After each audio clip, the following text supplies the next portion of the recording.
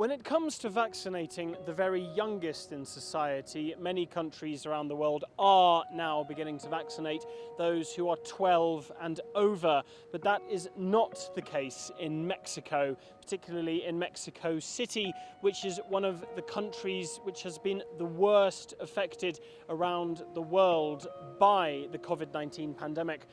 Good afternoon, my name's Alasdair Baverstock. I'm a reporter in Mexico for CGTN, and you find us today in the center of Mexico City in front of the beautiful Bellas Artes Palace. That's a theater and a very popular landmark here in Mexico, but we're talking about vaccines. Mexico has made a lot of progress when it comes to vaccines.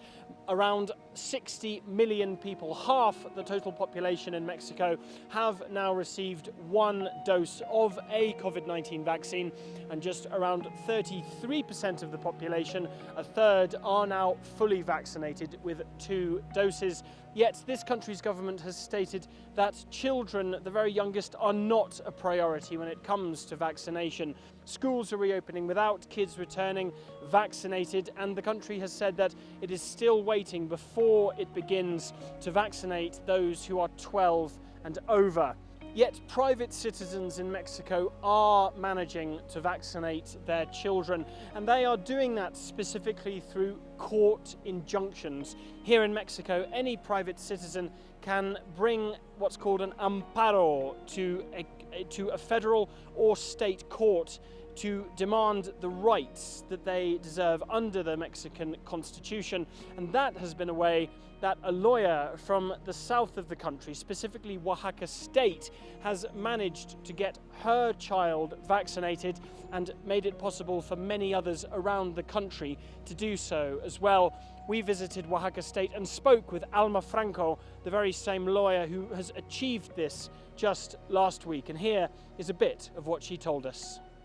El domingo en la madrugada me desperté pues toda angustiada, ¿no? Pensando que lo que podría pasar con mi hijo, y pues obviamente soy abogada, gracias a Dios, y dije pues voy a intentar un amparo, ¿no? Un juicio de amparo. Pues obviamente todo el domingo estuve estudiando lo de los tratados internacionales, mi carta sobre la no discriminación para este grupo etario, de cuándo ha sido autorizado por la OMS, y ya había sido autorizada la vacunación, también lo de la COFEPRIS, y pues bueno, empecé a plantear todo lo que es mi demanda el domingo, y pues el lunes la presenté.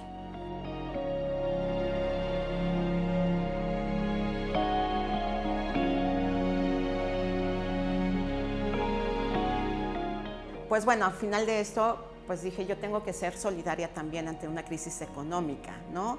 Finalmente hay muchos papás que están igual de angustiados y preocupados.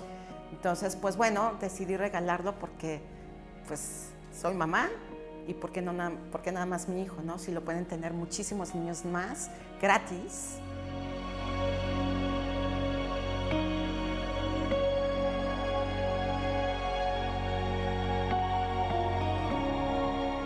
Pues es frustrante, ¿no? Frustrante porque el Estado mexicano no quiere proteger y preservar la vida de los menores. A ver, los niños son el futuro de nuestra nación, así te lo digo.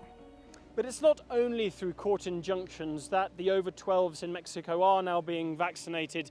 The donation of vaccines from the United States, specifically Texas and California, to the border cities like Ciudad Juárez, Nuevo Laredo, Tijuana, is also a key factor which is allowing state authorities to bring vaccines to the over 12s. And earlier this week, 50 children in the city of Nuevo Laredo were vaccinated using vaccines donated by the Texas authorities just on the other side of the border.